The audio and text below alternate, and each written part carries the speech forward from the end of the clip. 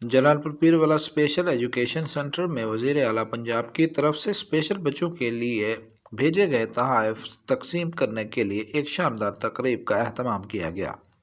تقریب میں M P اے ملک لال محمد جویا، assistant commissioner Zulfiqar Ali Khan, ملک اقبال جویا، حاجی اسلم لاسانی سمیت سماجی شخصیات، اساتذہ، بچوں اور شہریوں نے کثیر تعداد میں شرکت کی۔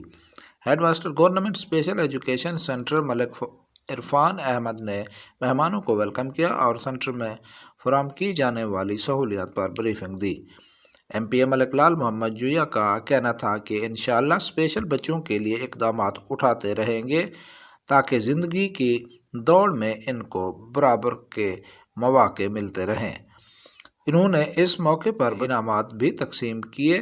تقریب سے assistant commissioner Jalalpur Zulfiqar Ali Khan, principal special education school Muhammad Tayyab و دیگر نے بھی خطاب کیا۔